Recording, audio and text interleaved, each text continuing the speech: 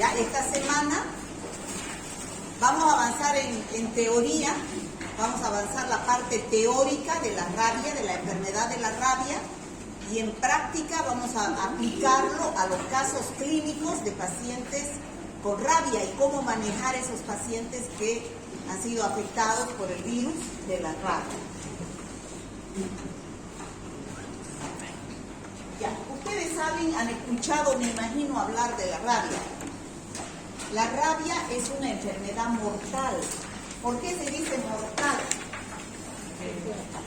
Porque una vez que llega al cerebro el virus, no hay vuelta, es irreversible, el paciente se muere, no hay tratamiento eficaz hasta el momento. ¿Ya? El virus pertenece a la familia Rhabdoviridae, tipo Lyssavirus, y la característica que tiene es que ataca al sistema nervioso central. O sea que es un virus que produce alteraciones a nivel del sistema nervioso central. El virus de la rabia se transmite, o sea, ¿cuál es la fuente de infección? La saliva. Está en la saliva del animal con rabia o de la persona con rabia, porque también hay rabia humana, ¿no es cierto? Y la persona que tiene rabia también puede transmitir, ser una fuente de infección a través de su saliva para otro ser humano. Ya está en la saliva del animal mamífero de sangre caliente y de pelo enfermo de rabia. ¿A través de qué? De una mordedura, porque la mordedura hace una herida, ¿no? Abre una puerta de entrada y además que deposita los virus ahí que están en su saliva, ¿no es cierto? A través de una mordedura, una lamedura. ¿Por qué? Al lamer. Por la que los virus están en la saliva y puede tener una microherida también el virus. O un arañazo, ¿no? Un arañazo. Porque al arañar también hace una puerta de entrada. ¿Quiénes pueden ser los transmisores de la infección? Pueden ser animales que viven en el área urbana, como perros, gatos, entre los más importantes. Pero también silvestres, que son los murciélagos, los zorros, los felinos, los monos. O animales también que viven en el área rural, ¿no es cierto? Los ovinos, equinos, bovinos, los camélidos, que son los caballos, ¿no? Las llamas. ¿Cómo es el ciclo de transmisión de la rabia? La rabia silvestre, bueno, hay rabia animal y rabia humana, como dijimos.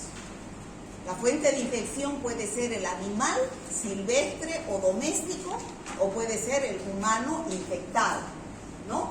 ¿Cuáles son los silvestres? Los zorros, los monos, ¿no? O también pueden ser en la rabia urbana los perros o los gatos, o también pueden ser los bovinos, ovinos, caprinos, como dijimos, y llegar en última instancia al hombre y producir la rabia humana. El virus ingresa a través de una herida y va avanzando a través del sistema nervioso, y su sitio blanco de acción es el cerebro. O sea, tiene que llegar al cerebro. Ese es su fin, para producir la enfermedad. Entonces, desde el sitio de acción, este es el paciente. Digamos que la mordedura haya sido en el pie, tiene que avanzar hasta llegar al cerebro. O la mordedura haya sido acá, entonces tiene que avanzar al cerebro. O la mordedura haya sido acá, avanza al cerebro. Entonces, ¿cuál será más grave? Mientras esté más cerca del cerebro es más grave. ¿Por qué? Porque el tiempo de incubación es menor. ¿Y por qué el tiempo? O sea, mientras esté avanzando el virus a través del sistema nervioso, ese es el tiempo de incubación, ¿no es cierto? Podemos hacer algo, evitar que llegue al cerebro. Porque una vez que llega al cerebro, ya les dije, es irreversible. No hay tratamiento, el paciente se va a morir, ¿ya? Pero si nosotros hacemos el tratamiento en ese transcurso que está yendo al cerebro, el suero la vacuna o el suero antirrábico. Entonces podemos neutralizar al virus y evitar que llegue al cerebro. Por eso se dice que es más grave, este virus avanza a razón de 3 milímetros por hora. Por eso es que el tiempo de incubación, mientras más lejos esté en las extremidades inferiores, esté del cerebro, el tiempo de incubación va a ser más largo y el riesgo va a ser menor. ¿Por qué? Porque vamos a tener más tiempo de hacer un tratamiento eficaz. ¿Se entiende, chicos? Sí. Por eso que cuando la mordedura es en la cara, extremidades superiores, en el cuello, en la cabeza, es de mucho cuidado. El tratamiento tiene que ser inmediato. Este es el virus de la rabia. Es un virus que tiene forma de bala, o sea, morfología helicoidal, porque el ácido nucleico está acá y es un ácido nucleico que es ácido ribonucleico, ARN de la familia Rhabdoviridae. Ya, este es el virus. El virus se replica. Ya ustedes saben qué es replicación. A ver, niña, ¿usted qué es replicación? La de blusita amarilla. ¿Qué es replicación? ¿Qué? No le escucho. La multiplicación del virus. Eso es la replicación. ¿Y dónde se lleva a cabo la replicación de un virus? ¿Dónde? De cualquier virus. En las células, en cualquier célula. En cualquier célula. En este caso, las células musculares. ¿No es cierto? Entonces, el virus ingresa a la célula muscular, ingresa su ácido, es igual que la replicación que hemos visto en la primera clase. Deja su ácido nucleico, que es el ARN, quien va a mandar un mensaje genético a la célula para que la célula empiece a sintetizar los componentes del virus y la célula empieza a producir los ácidos ribonucleicos y las cápsides por separado. Y después se produce el ensamblaje de cada ácido nucleico con su cápside. ¿Se acuerdan que ya vimos eso en la primera clase? Y se forman nuevos virus que salen de la célula y la célula se destruye. Así sucede la replicación del virus de la rabia. Bueno, como les decía, el virus está en la saliva de los animales infectados y se transmite a través de una mordedura cuando el animal está con rabia o un arañazo, una lamedura, ¿no? ¿Y cómo es el mecanismo de transmisión? El virus penetra en la piel a través de la herida, que es la puerta de entrada. Este es el ciclo epidemiológico de la infección. Se replica en las células musculares por donde está ingresando de la herida. Por eso se dice, cuando hay la mordedura de un animal, hay que ir inmediatamente al médico. ¿Pero qué deberían ustedes aconsejar? Lavar la herida. Lo más importante es en ese momento mismo lavar la herida con agua y jabón. Y algunos dicen hasta con cepillo, ¿no? ¿Por qué? Porque se replica, se está replicando el virus en las células musculares. Entonces, al lavar, vamos a disminuir la carga viral. Va a haber menos virus que se trasladen a través de los nervios hacia el cerebro. Entonces, se replican en las células musculares, surgen nuevos virus, aumenta la dosis infectiva, va avanzando a razón de 3 milímetros por hora, la médula espinal, y su fin es llegar al cerebro. En todo este trayecto hasta que llega al cerebro, como les dije, se produce, es el tiempo de incubación. ¿Ya? Mientras más largo sea ese tiempo de incubación, más largo el trayecto de avance del virus, Entonces hay más tiempo de poder actuar y evitar que se llegue a una encefalitis a causa de que el virus llega al cerebro. ¿Ya? Cuando ya llega al cerebro se produce la encefalitis y no hay vuelta que dar. Entonces no se queda ahí el virus. A través de los troncos nerviosos va a las glándulas salivales, por eso es que la transmisión está en la saliva. ¿Ya? A la médula suprarrenal, donde se produce la degeneración y necrosis, destrucción celular. ¿Ya?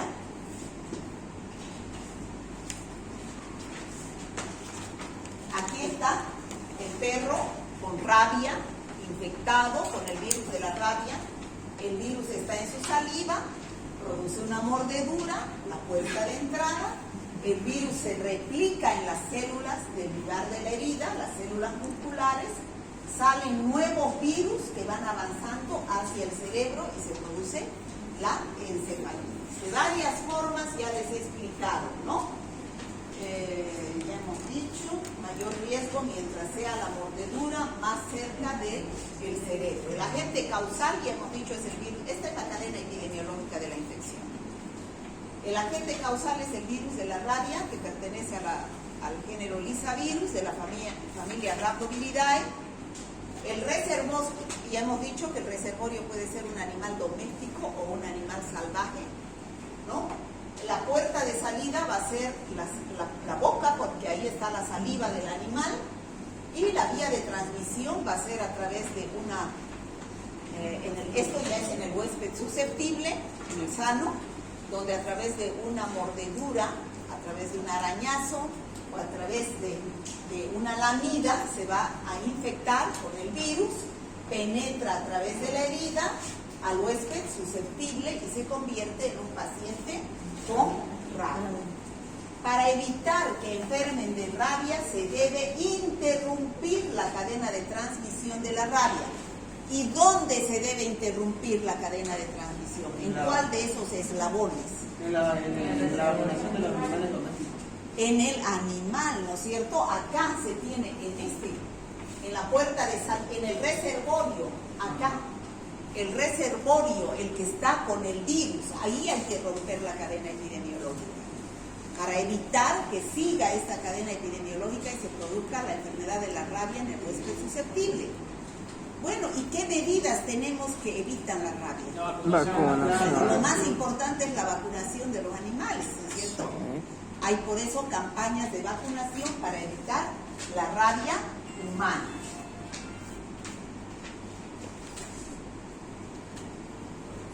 Bueno, la rabia transcurre ustedes saben que toda enfermedad tiene su proceso, periodo de incubación, que es el tiempo que transcurre desde que ingresa hasta que se presenta el primer signo o síntoma, periodo prodrómico, periodo de estado. Bueno, aquí no hay periodo de recuperación, ¿no? Si llega al cerebro no hay periodo de recuperación. Entonces el periodo de incubación puede ser de 1 a 3 meses, dependiendo del lugar de la mordedura, de la puerta de entrada, ¿no es cierto? Ya. Generalmente en ese periodo el paciente no siente ningún signo o síntoma, es asintomático. Ya hemos dicho que las mordeduras que están cerca de lugares del cerebro evolucionan más rápido porque es menos el trayecto que tiene que avanzar el virus. ¿Ya? Entonces, en el periodo prodrómico dura de 2 a 10 días, más o menos una semana. Bueno, y ustedes saben que un periodo prodrómico es con signos y síntomas inespecíficos. ¿Qué es lo que tiene el paciente? Parecido a la gripe. Todas las infecciones virales se parecen a la gripe, ¿no? Dolor y parestesia a nivel de la herida, que ya está cicatrizando. ¿Qué es parestesia? Dolor en el lugar de la herida y adormecimiento en el lugar de la herida. Nada más, ¿no? Pero después sigue avanzando el virus y llega al cerebro. ¿Cuánto tiempo dura? 2 a 7 días. O sea, es rápido que el paciente, su periodo neurológico, cuando ya llega al cerebro. Ahí está el periodo de estado. Entonces, este periodo de estado es el periodo neurológico de la rabia, ¿no? Donde ya se manifiestan los signos y síntomas típicos de la rabia. Algunas veces los pacientes llegan al hospital ya en este periodo, ya no hay nada que hacer. ¿Qué siente el paciente? Ansiedad, confusión, delirio, hidrofobia. ¿Qué es hidrofobia? Miedo al agua, no quiere ni tomar agua, ¿no? Hidrofobia, fotofobia, no quiere ver la luz, ¿no? Parálisis, empiezan a paralizarse los músculos, después ya tiene alteraciones del ritmo respiratorio, luego empieza a tener ya su periodo ahí de convulsiones, su periodo agresivo, y luego pasa al periodo de coma o convulsiones, ya sufre un paro cardíaco. ¿Por qué? Porque hay parálisis muscular, hay hipotensión, hipoventilación, infecciones secundarias, porque ya los órganos no están funcionando bien. Y la principal causa es la parálisis respiratoria, de la muerte del paciente que está con rabia. Ya cuando llega este periodo, ese paciente ya está en una sala de terapia intensiva, ¿no? Donde hay que mantenerle los signos vitales, pero ya no hay, es irreversible, ¿ya? Ahora, ¿qué sucede con el estado vírico? O sea, los virus, la cantidad de virus. En el caso del periodo de incubación, los virus están en el músculo, ya dijimos, ¿no es cierto? Se está multiplicando, se está replicando el virus en las células musculares, pero hay en pequeña cantidad. Si nosotros lavamos la herida en el momento de la mordedura, vamos a disminuir más la cantidad todavía. Por eso es aconsejable lavar la herida lo más rápido posible. En cambio, en el periodo prodrómico, que dura de 2 a 10 días, el título también es bajo, pero ya hay virus en el sistema nervioso central y el cerebro, pero todavía no se manifiestan los síntomas. En el periodo neurológico agudo, ya el título es elevado, ya hay gran cantidad de virus en el cerebro, ¿ya? Los virus están en el cerebro, ya en las glándulas salivales, ¿no? Ya hay cantidad de virus. Y cuando entra en estado de coma o convulsiones, ya los virus, ya hay, aquí se puede pedir los estudios anatomopatológicos, ya se ven los corpúsculos de Negri en el cerebro, que es un signo patognomónico ya de la rabia, ¿no? O sea que a medida que va avanzando la enfermedad, los virus van aumentando porque se van replicando. Ahora, ¿qué sucede en cuanto a los anticuerpos? Que es el sistema inmunológico. Acá en el periodo de incubación no hay anticuerpos, o sea, ¿para qué pedir IgM y IgG? Estudios serológicos no vale la pena. Igualmente en el periodo prodrómico. En el periodo neurológico hay anticuerpos detectables y en el sistema nervioso central. Recién entonces aparecen los anticuerpos. Pero ya es tarde, ¿no? Entonces, generalmente, y aquí ya no hay anticuerpos cuando entra en el estado de paro o convulsiones. Entonces, ¿qué es lo que se debe pedir? ¿Qué harían ustedes como médicos? ¿Qué deberían pedir al laboratorio?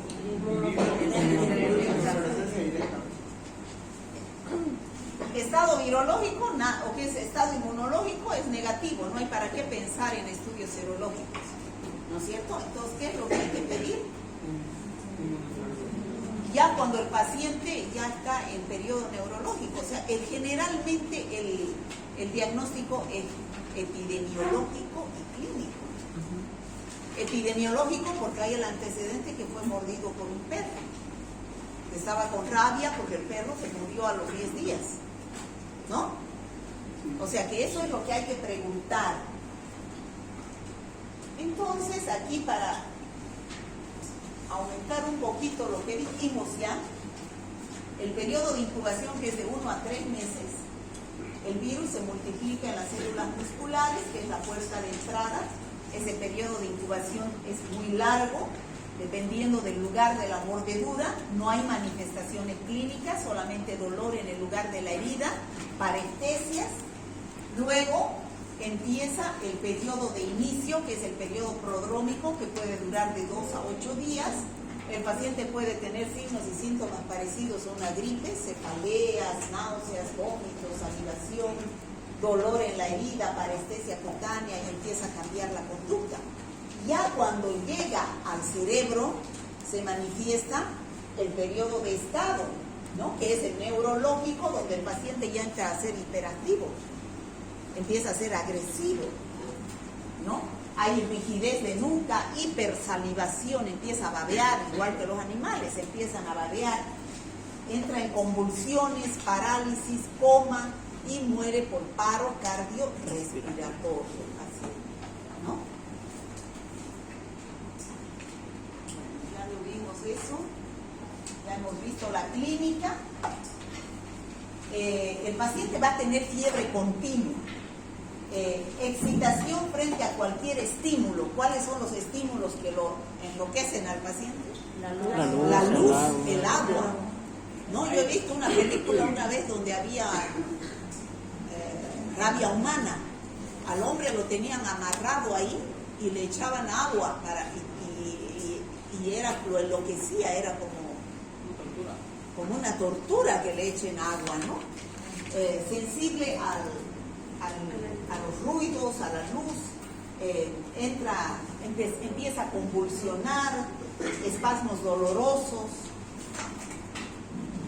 no tolera la luz, no tolera el aire, también tiene aerofobia, hidrofobia, no puede ingerir los alimentos porque hay espasmo muscular, quedan contraídos los músculos, empieza a babear, entra en parálisis, coma y la muerte, ¿no? En el periodo ya neurológico.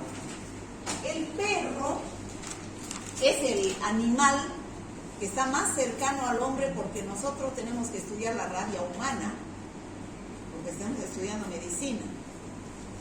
En veterinaria se dedicarán más a la rabia animal, ¿no? Pero el perro es la fuente de infección más cercana al hombre, el perro, el gato, ¿no? Los perros pueden contagiar a otros a los 3 a 5 días antes de la aparición de los primeros síntomas de la enfermedad. Bueno, ¿y cómo se manifiesta en el perro? Digamos, aquí tenemos un perro con rabia y muerde a un perro sano. Lo introduce el virus a través de la herida, empieza a replicarse y después de un periodo de incubación de 30 a 60 días, el perro empieza a manifestarse en 3 etapas. La rabia. Primero es la fase melancólica, llamada también en otros libros la rabia muda, se dice. ¿Qué es lo que siente el perro? Empieza a tener fotofobia, conducta esquiva. El perro se esconde. No es agresivo cuando está en ese periodo, ¿ya? Luego empieza la fase agresiva, ¿no?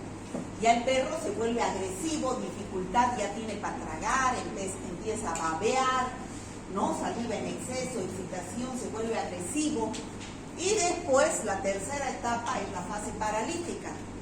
Ya empieza, ya no puede ni caminar, no puede levantarse, ya las extremidades posteriores ya no le responden y convulsiona y muere, ¿no? Esas son las etapas de la rabia.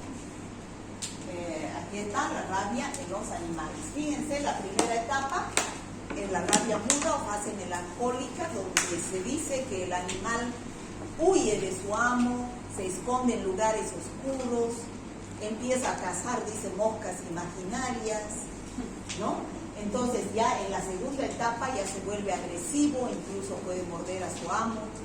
Y en la tercera etapa ya sus extremidades ya no le responden porque entra en una fase de parálisis y muere. ¿Ya? ¿Qué es el periodo de incubación? Ya hemos dicho, es el tiempo que tarda la enfermedad en manifestarse desde el momento de que el virus ingresa al organismo a través de una mordedura, un arañazo, hasta el momento que se presentan los primeros síntomas, ¿no? Entre 10 días hasta 8 semanas, pero la saliva de los perros es infecciosa 10 días. Por eso es que se observa cuántos días al animal.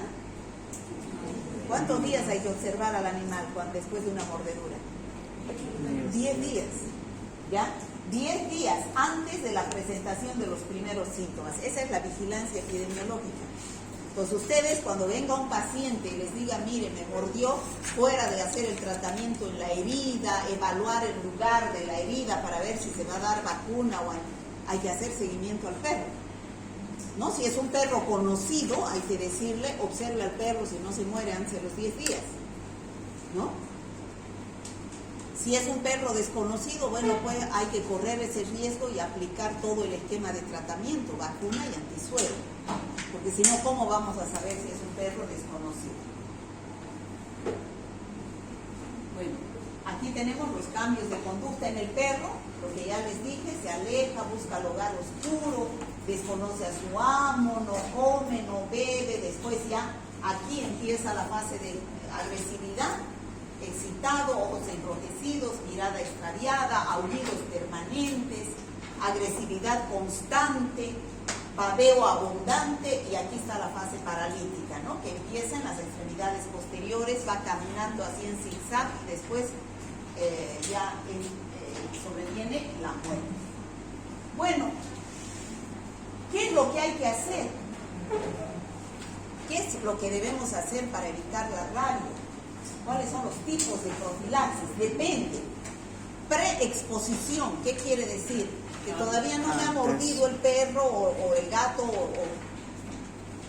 pero estoy en riesgo. ¿Quiénes son? Hay un riesgo ocupacional o profesional o recreativo. ¿Quiénes son los que están en riesgo? Los médicos veterinarios, los que trabajan con animales, los laboratoristas, capturadores de perros, viajeros a zonas. Entonces, dice que se deben vacunar las 3 dosis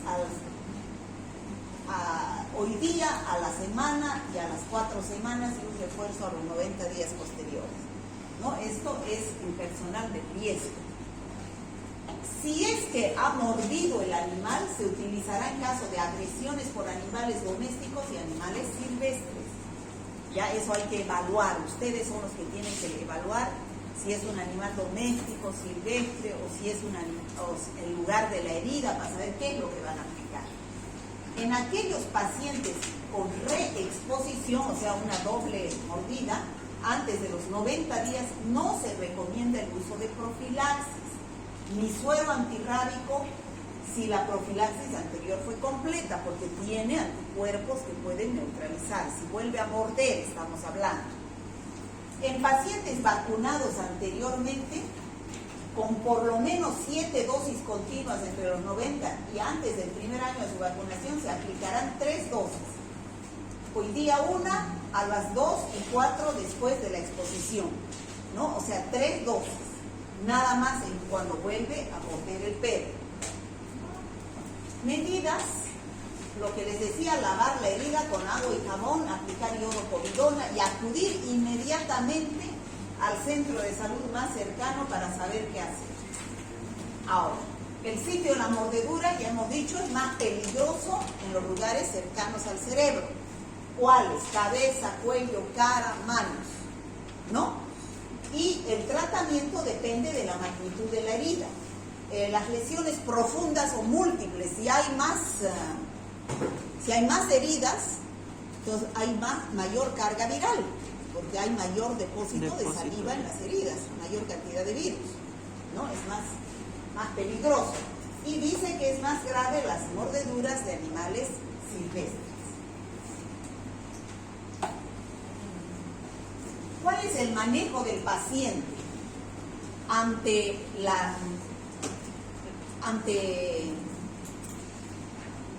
la llegada de un paciente al centro de salud con mordedura de rabia? La conducta de enfermería y la conducta del médico. ¿Qué tiene que hacer la enfermera? Llenar la hoja epidemiológica anotando la dirección exacta y teléfono de referencia. ¿Por qué debe anotar la dirección? Porque es importante. Para saber el lugar y explorar la zona. Para saber y ubicar el lugar donde está el foco de infección, para ir a actuar, aplicar medidas de control Y el teléfono de referencia, ¿por qué? Para llamarlos y no va y no acude a recibir sus dosis, ¿no?, de vacuna. Tomar los signos vitales como presión, pulso y temperatura, peso, talla, edad, el estado vacunal, si tiene alguna vacuna antirrábica previa o suero antirrábico o vacuna antitetánica, ¿no? Eso es lo que los datos que recaba la enfermera. ¿Qué hace el médico? El motivo de la consulta tiene que evaluar el tipo de conducta con el animal sospechoso. Si ha sido una mordedura, si ha sido un arañazo, si ha sido una lamedura y las características del animal sospechoso. Siempre ustedes deben preguntar, ¿lo conocen al perro? ¿Tiene vacunas el perro? ¿O es un vagabundo, un perro vagabundo? El perro hay que observarlo 10 días, si vive o muere. Esos son datos epidemiológicos importantísimos para saber la conducta a seguir, ¿no? Esas son heridas de mordeduras de perro en lugares como por ejemplo los brazos, ¿no?, que es el lugar de los miembros superiores, el lugar peligroso. Bueno, la rabia humana, eso son noticias de la prensa, ¿no? La rabia humana, como les decía, es irreversible. Generalmente los pacientes llegan al hospital cuando están en este periodo de estado, entonces ya es ahí irreversible, ¿no? Me muerde el perro y no acudo al médico, no me ponen el antisuero ni la vacuna, entonces el virus sigue desarrollándose y sigue avanzando. Entonces, ¿qué es lo que hay que aplicar?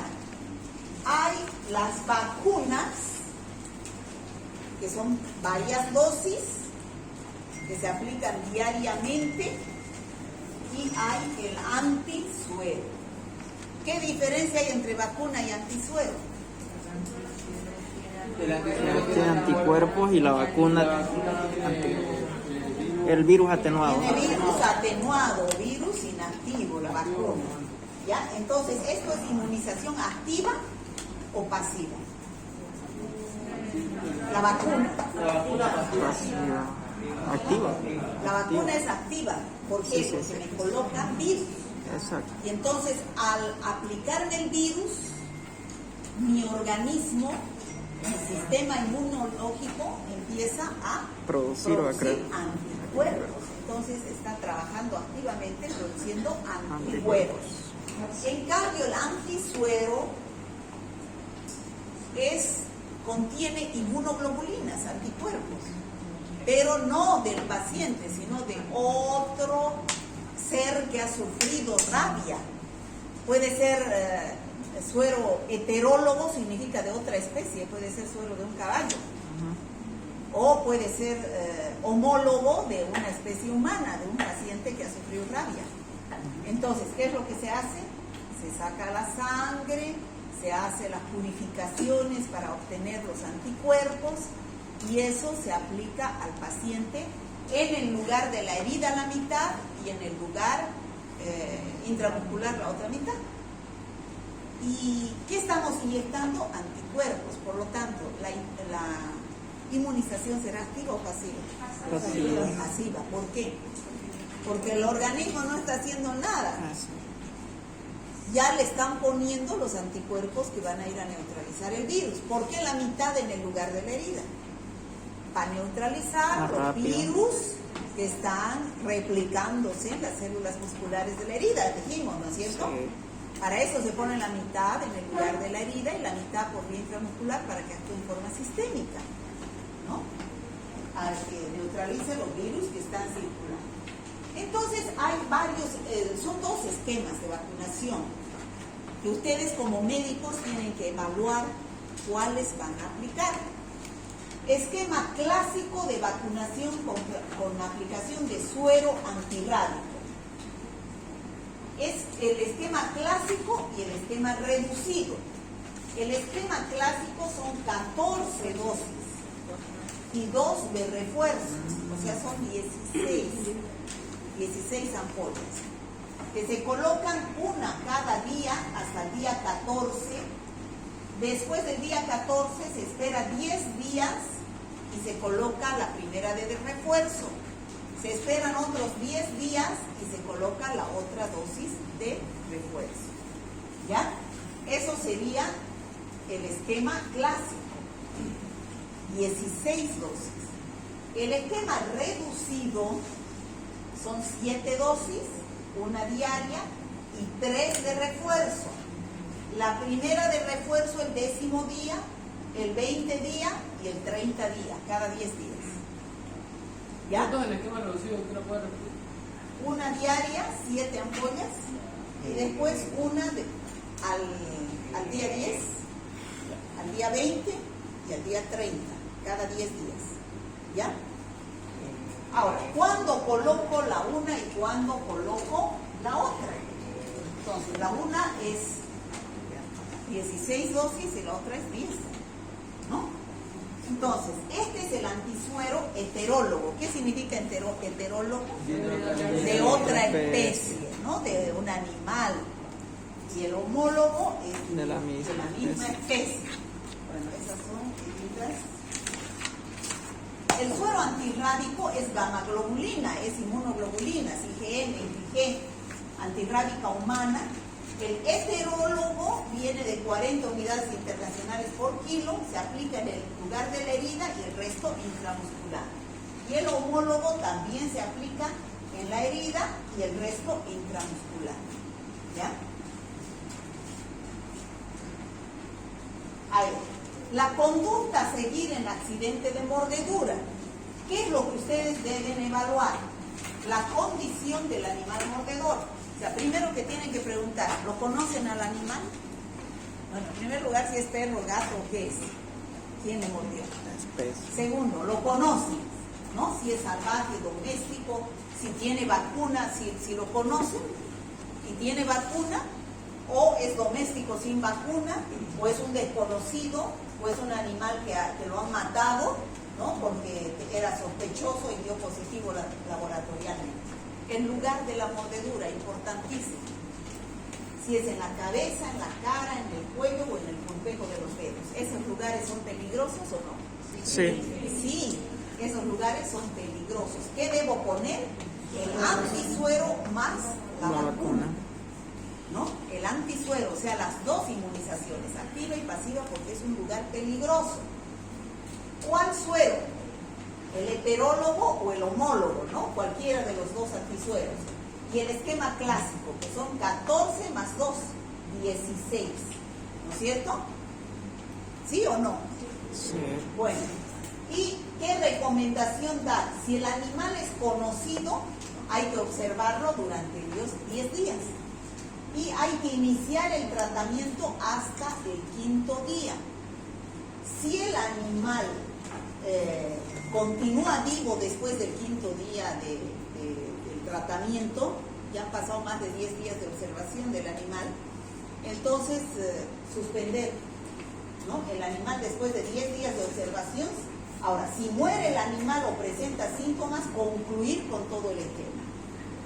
¿Ya? Entonces, no se olviden, lugar peligroso, suero y vacuna.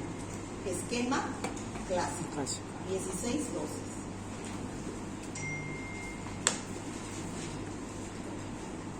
Ahí, en esos lugares, ¿no? ¿Qué hacemos si el animal mordedor es salvaje, es desconocido, ha sido sacrificado y ha dado positivo o ha dado positivo laboratorialmente? El sitio de la mordedura es cualquier parte, pero menos la cabeza, cuello y el pulpero de los dedos. ¿Lugar peligroso? No, ¿no es cierto? Pero no lo conocemos al animal. Pues aquí se aplica la vacuna solamente, no el antisuero. ¿Por qué? Porque más tiempo va a tardar el virus en llegar al cerebro. Entonces, nuestro sistema inmunológico, al ponernos la vacuna, va a tener tiempo de producir anticuerpos.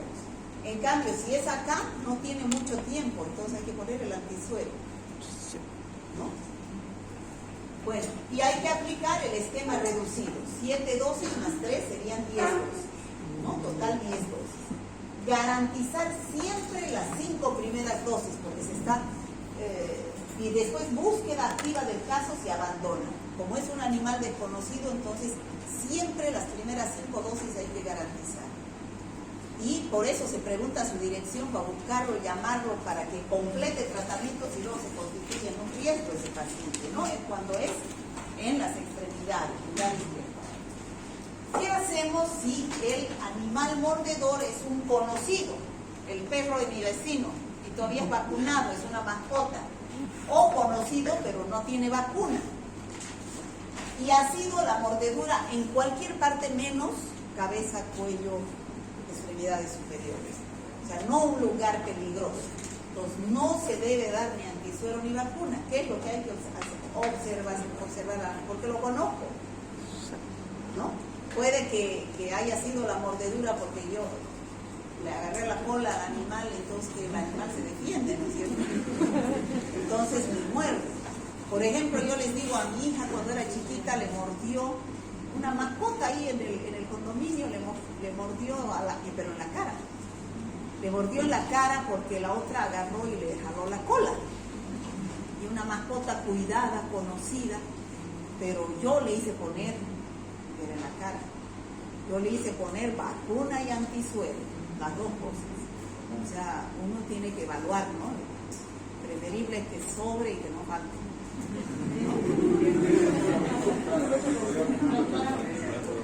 Sí o sí el animal va a morir en 10 días aproximadamente. Claro.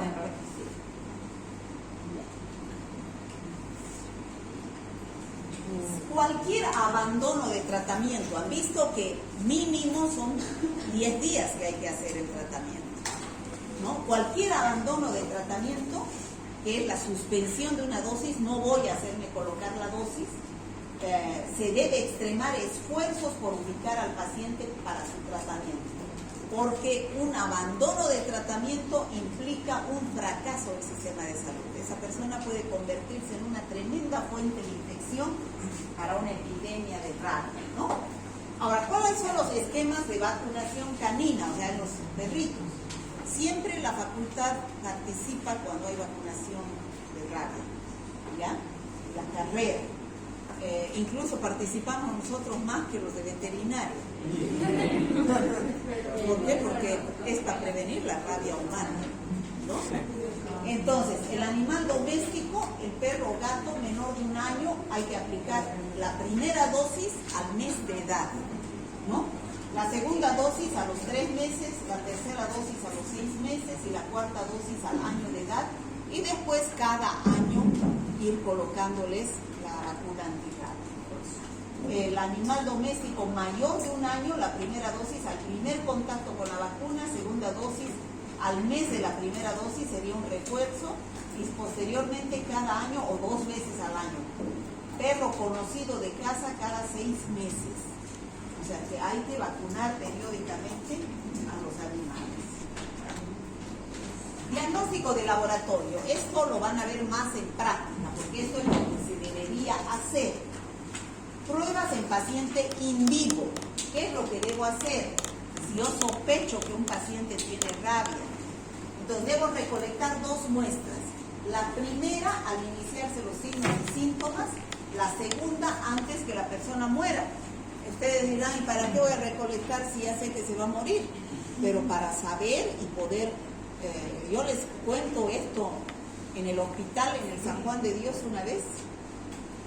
Había un paciente que llegó así, sin saber los médicos que podía tratarse de rabia. Era un paciente que convulsionaba, no podía ver la luz, ni sospecharon de rabia. Y todos lo atendieron sin la mínima medida de bioseguridad. Cuando después el paciente murió, era un desfile de toditos, los médicos, enfermeras y todo, a hacerse vacunar, ¿no? Entonces, antes de que la persona muera, hay que hacer una impronta de córnea, de saliva, o biopsia de piel, o 10 folículos pilosos, que es donde se encuentra el virus, o también suero o líquido cefalorraquídeo, que son las muestras donde se va a buscar el virus por inmunofluorescencia directa, o sea, buscar al virus directamente aplicando la técnica de inmunofluorescencia, o por cultivo celular, aislando al virus, o también por PCR o un estudio histopatológico buscando los corpúsculos de Negri, que es un signo patognomónico, ¿no? Ahora, si el paciente se ha muerto o el perro se ha muerto, se puede realizar en humanos y animales. La muestra es llevar el cerebro, ¿no?, del animal, el encéfalo del animal, el cerebelo, el tallo encefálico en humanos, y hay que realizar una biopsia para buscar al virus por inmunofluorescencia, o los corpúsculos de Negri serán el signo patognomónico, ¿no? Buscar los corpúsculos de Negri por anatomía patológica, ¿no? Bueno, centros de vacunación de rabia en Santa Cruz. Son todos los centros de la red este, red sur, red centro, y todos los que están con rojo son de 24 horas, ¿no? Donde se puede acudir a la vacunación en casos de rabia, de mordedura, ¿no? Bueno, estos son casos humanos que han habido de rabia, ya en pacientes en terapia intensiva. Son las pruebas inmunológicas. Esos son los virus, los antígenos virales por inmunofluorescencia directa. Esta es la PCR, que es una reacción en cadena de la polimerasa, es una prueba molecular. Bueno, y hay que vacunar, esa es la primera medida, vacunar al reservorio. Fíjense, esto es rabia en los caballos. Ya en la rabia paralítica, que es la tercera etapa, ya se paraliza, empieza la parálisis, ¿no? Ya no pueden ni levantarse. Esa es en las... ¿Se ve? Sí. ¿O sería apagar la luz? Bueno, ya estamos acabando. Eso ya entra. Ahí tenemos ya entran en parálisis, ¿no? Ahí miren las vacas, ya no pueden tampoco ir.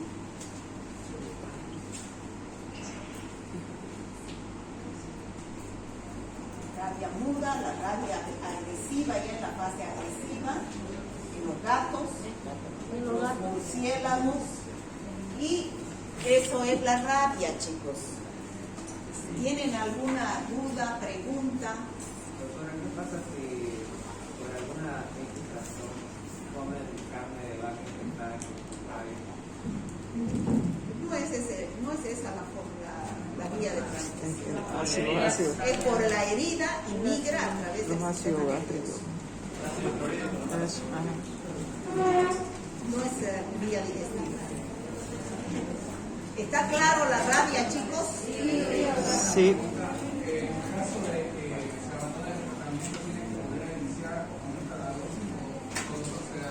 Tendrían que volver a iniciar desde el principio. Debe ser. Yo he visto que se pone a veces la inyección en el abdomen. Se ponen en el abdomen y se ponen aquí en el deltoides. Se puede poner ahí. Cualquiera de los dos. Bueno, ¿alguna pregunta más, chicos?